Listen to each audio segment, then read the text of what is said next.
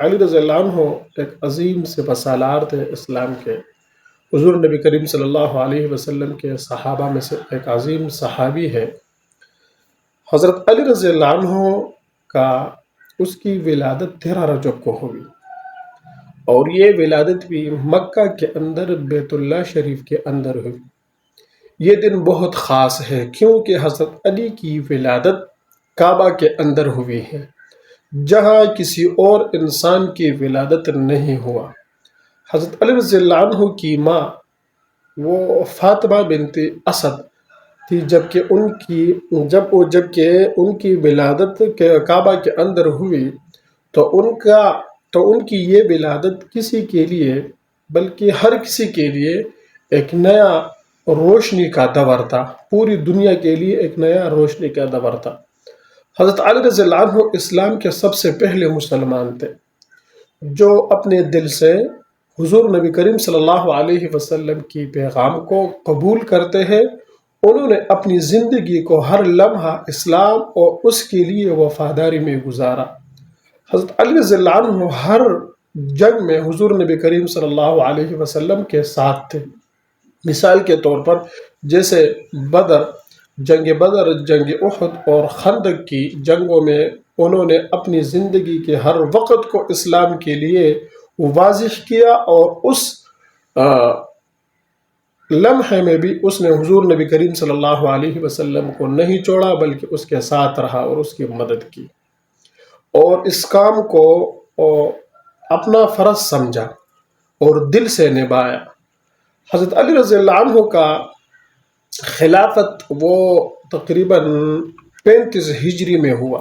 ان کو خلافت 35 ہجری میں ملا جب انہوں نے اپنا حکومت شروع کیا۔ ان کی حکومت کا جو وقت ہے وہ بہت مشکل وقت تھا، کیونکہ انہوں نے کئی جنگوں کا سامنا کیا۔ وہ حالات ایسے تھے کہ انہوں نے کئی جنگوں کا سامنا کیا اور کرنا پڑا، جیسے جنگ جمل اور جنگ صفین۔ لیکن اصل بات یہ ہے کہ حضرت علی رضی اللہ عنہ نے ہمیشہ اسلام کی اصلی اصولوں کو اپنی حکومت میں اپنایا اور عدل اور انصاف سے کام لیا۔ حضرت علی رضی اللہ عنہ کا علم کے متعلق میں آپ کو بتا دوں، حضرت علی رضی اللہ عنہ کا علم بہت گہرا تھا۔ انہوں نے اپنی علم کو ہر وقت اپنی زندگی میں عمل کیا، اپنے علم پہ ہر وقت زندگی میں عمل کیا۔ ان کا ایک مشہور قول ہے، وہ فرماتے ہیں جو اپنے علم کو عمل میں لاتا ہے اور جو کچھ جانتا ہے اس کا شکر اللہ پر ہے۔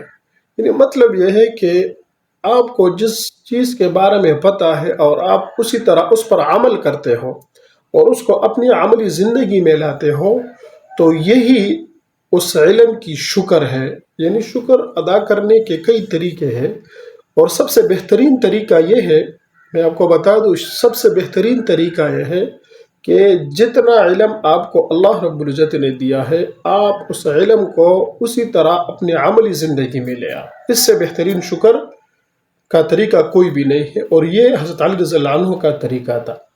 حضرت علی رضی اللہ عنہ کا یہ قول اس بات کو ثابت کرتا ہے جو میں نے ابھی آپ کے سامنے رکھ دی، کہ ایک علم صرف جاننا نہیں ہے، یعنی کسی چیز کے بارے میں جاننا، اس کو علم نہیں کہا جاتا، بلکہ اس علم کا عمل کرنا بہت زیادہ ضروری ہے۔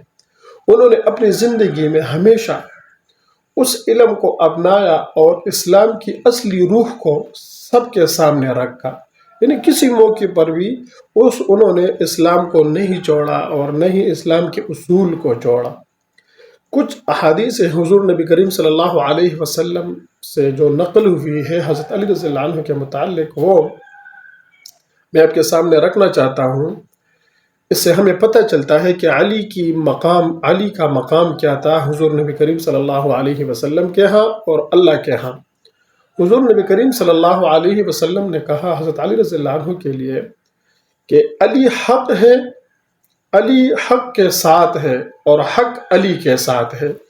ایک اور جگہ میں صحیح بخاری میں حدیث ہے، حضور نبی کریم صلی اللہ علیہ وسلم فرماتے ہیں علی میری طرف سے ہے اور میں علی کے ساتھ ہوں۔ تو یہ حضور نبی کریم صلی اللہ علیہ وسلم کے علی کے بارے میں بتایا۔ یہ احادیث حضرت علی رضی اللہ عنہ کے عظیم فضیلت اور ان کی اسلام کے لیے خدمت کو بیان کرتا ہے۔ حضرت علی رضی اللہ عنہ کا 13 رجب کو ولادت ہوئی۔